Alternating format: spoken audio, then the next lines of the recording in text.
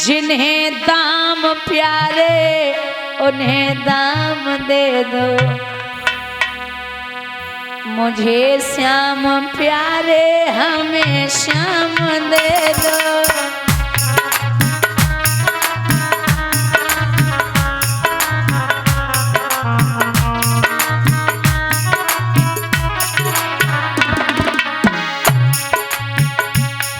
जिन्हें दाम प्यारे उन्हें दाम दे दो, हमें श्याम प्यारे हमें श्याम दे दो। एक बार हाथ उठा के पीछे तक भैया बोलिए कन्हैया लाल की।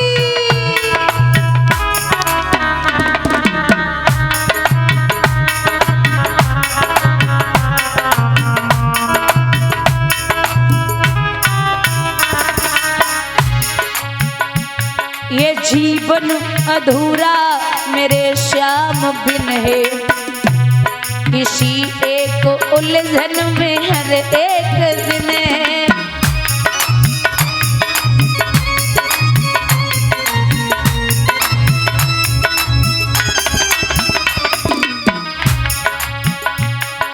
उन्हें कोई जाकर ये पैगाम दे दो, उन्हें कोई जाकर ये पैगाम दे दो, जिन्हें श्याम प्यारे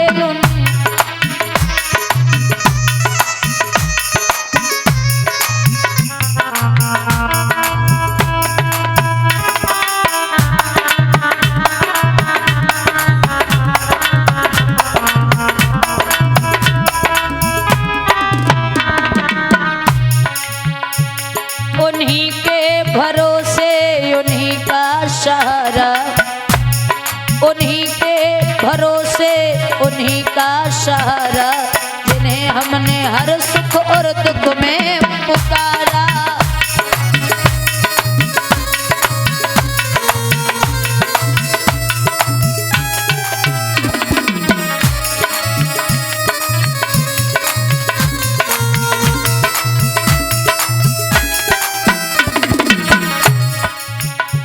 मेरी जिंदगी श्याम को थामने दो, मेरी जिंदगी श्याम को थामने दो, जिन्हें दाम प्यारे उन्हें दाम दे दो।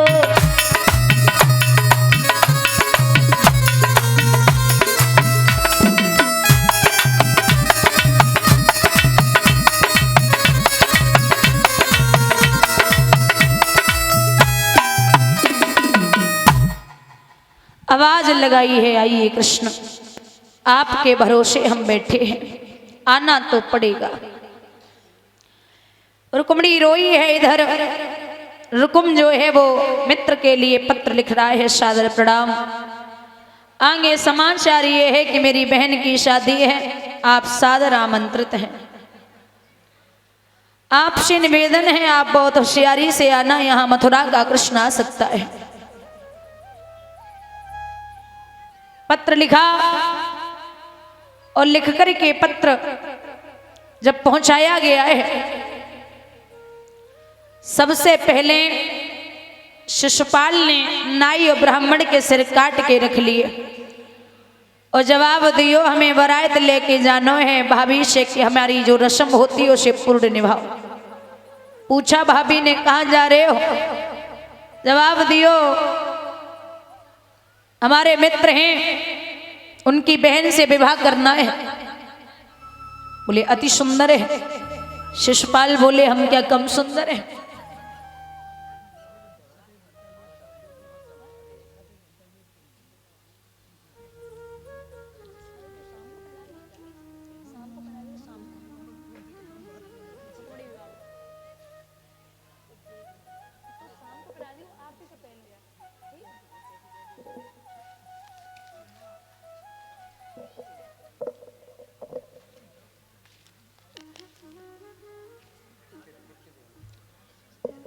यहाँ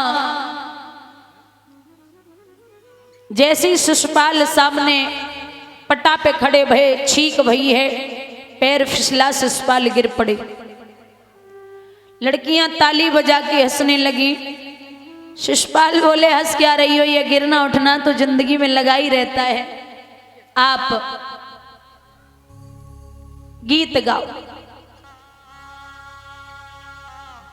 परीक्षित, अगर आप घर से निकले, सगुन और अशगुन कई प्रकार के होते हैं। आप घर से निकले और बिल्ली रास्ता काट जाए तो अशगुन माना जाता है। सर्प रास्ता काट जाए तो अशगुन माना जाता है। खाली पात्र कोई लेकर के सुबह सुबह आप किसी काम से जा रहे हैं, कोई निकल जाए तो अशगुन माना जाता है।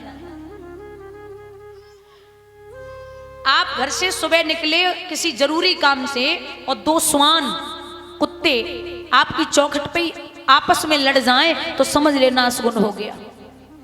दो बैल बीच रास्ते पर आपको लड़ते हुए दिख जाएं तो आप समझ लेना अशगुन हो गया। सबसे बड़ा अशगुन होता है सायंकाल की बेला में कभी घर में झाड़ू नहीं लगानी चाहिए सूर्यास्त के बाद।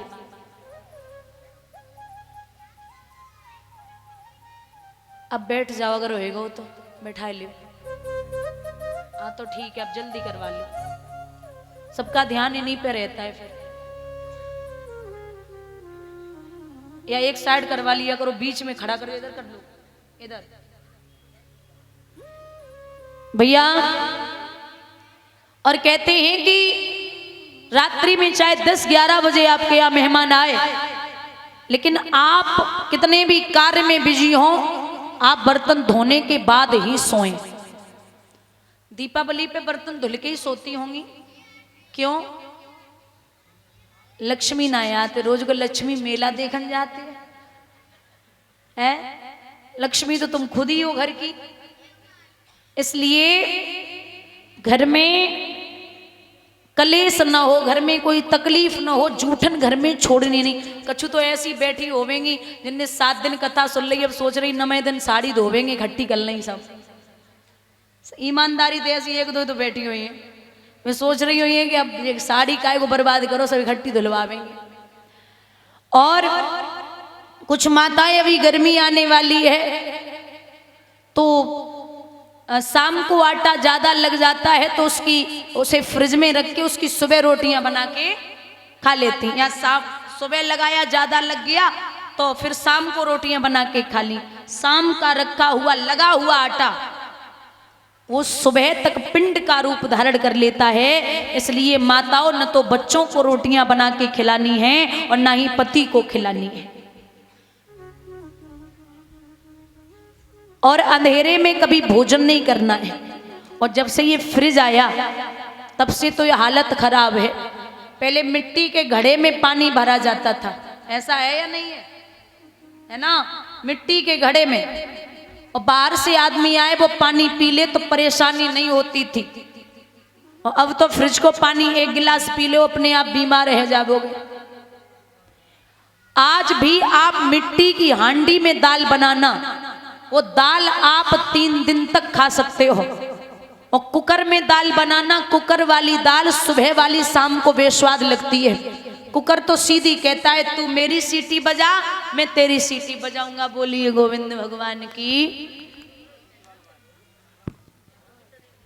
और इसी श्रृंखला में डॉक्टर